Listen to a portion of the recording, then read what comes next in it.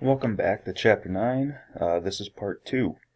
In Part 1 we spoke about redox reactions, oxidation, reduction, transport of electrons, and those electrons going to an electron transport chain to gradually and slowly remove energy from electrons as they're passed through, versus one big explosion with a bunch of energy being released all at once that could not be harnessed.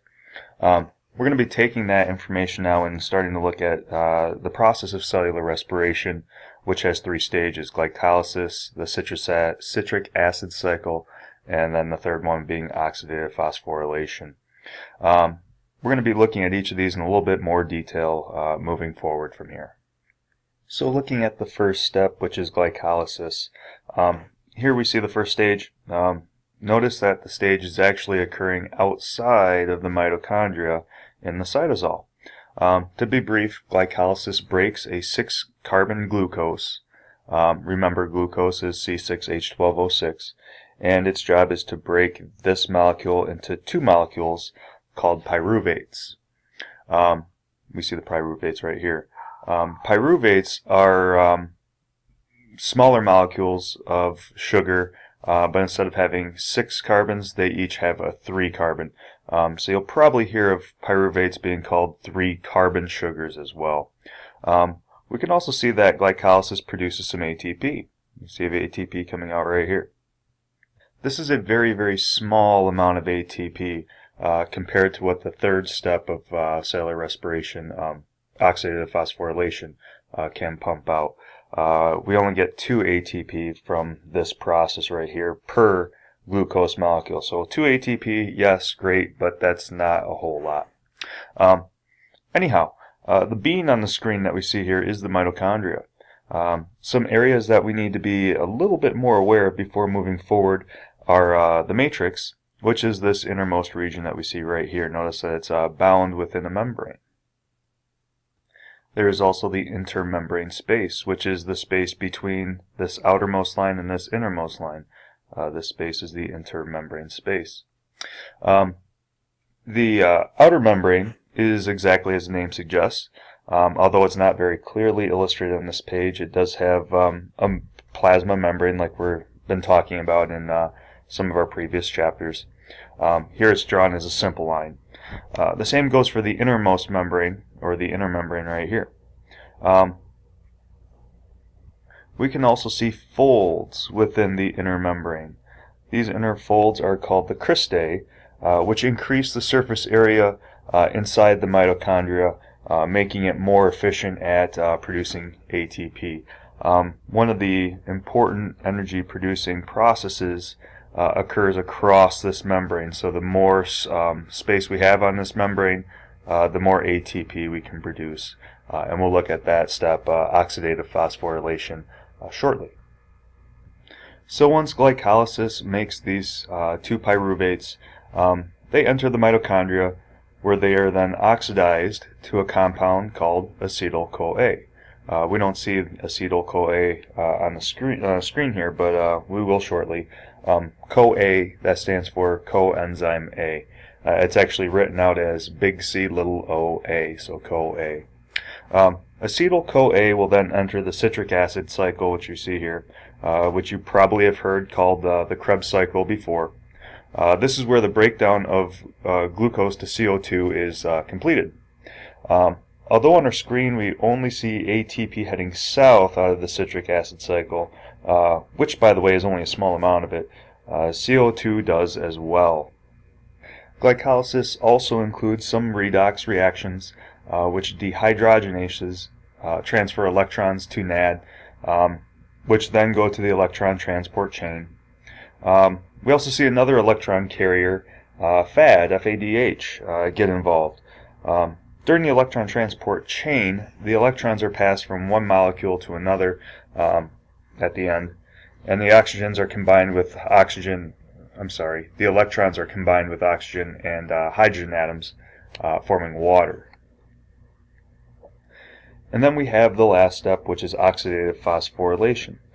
This is where ATP truly is synthesized from the stored energy that was gathered back in the electron transport chain, which will be up here when we get to it.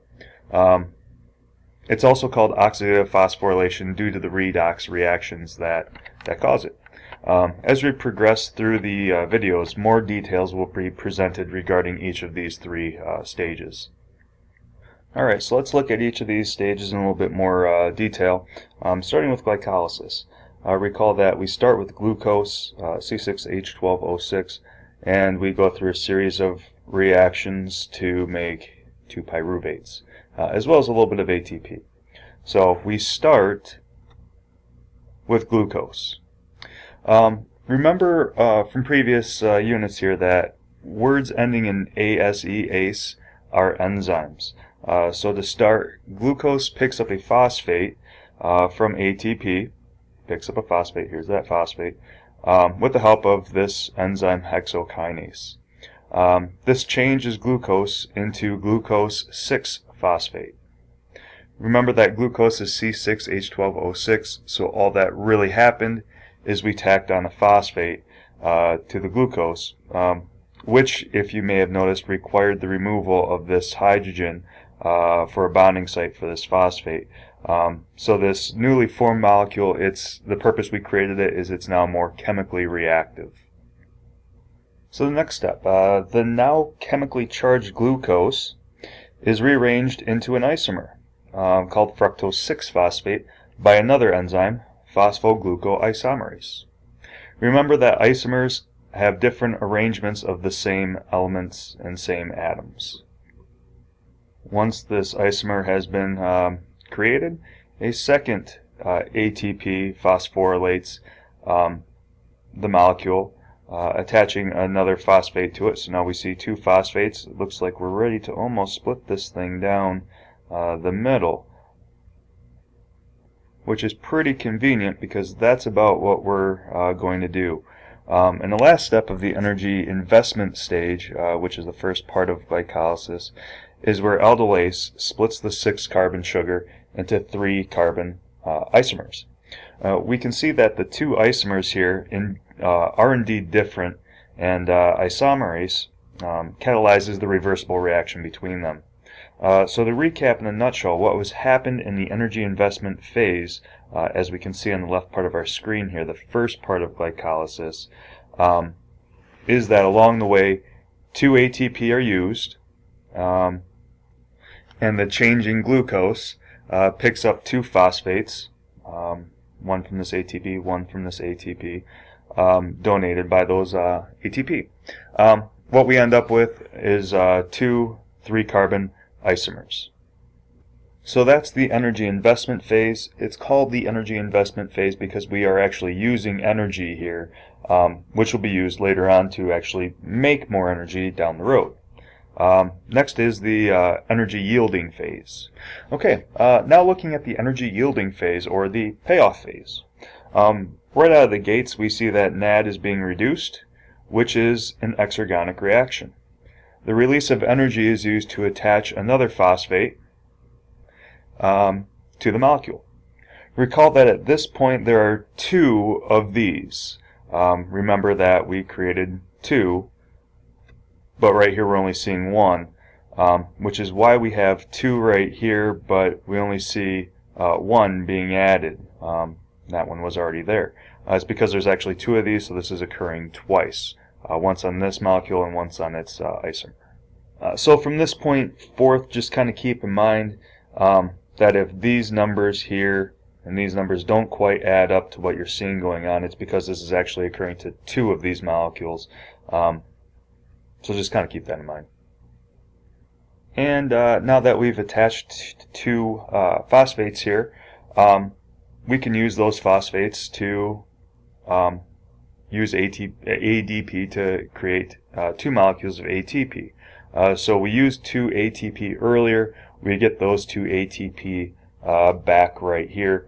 And in the formation of that ATP molecules, we transform our molecule once again a little bit more. After that ATP has been formed and we have transformed this molecule a little bit, we have more arrangement. We can see here that the OH group which was up in the middle here, is now dropped to the bottom down here, and the phosphate was down here. It moves up. That's important coming up in our next step. And it's important because that OH is now a little bit more reactive, and it can break off with another hydrogen to form some water. So it does that, and we now have a slightly different molecule than what we had before as a result of the formation of the H and OH and the removal of water. And as you can see here in the final conversion, we still have a phosphate here, and if there's a phosphate here, there's a phosphate on its buddy. So that's 2 phosphates, and we can create 2 more ATP, and this results in the formation of our final product from glycolysis, which are the 3-carbon pyruvates. And there will be 2 of these.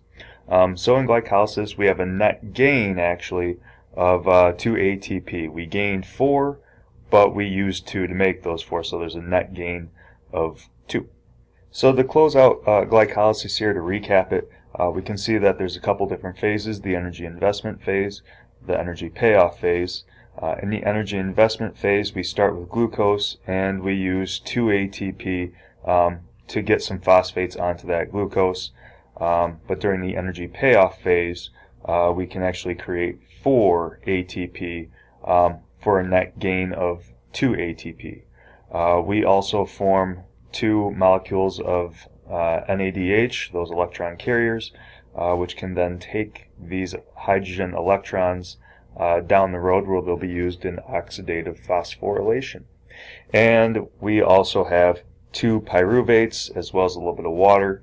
The pyruvates will go into the Krebs cycle, or the citric acid cycle. In part 3, we'll look at where these pyruvates go into the mitochondria, into the citric acid cycle, and how these pyruvates are continued to be changed. The pyruvates aren't very long-lived. They're changed relatively quickly. So I'll see you soon.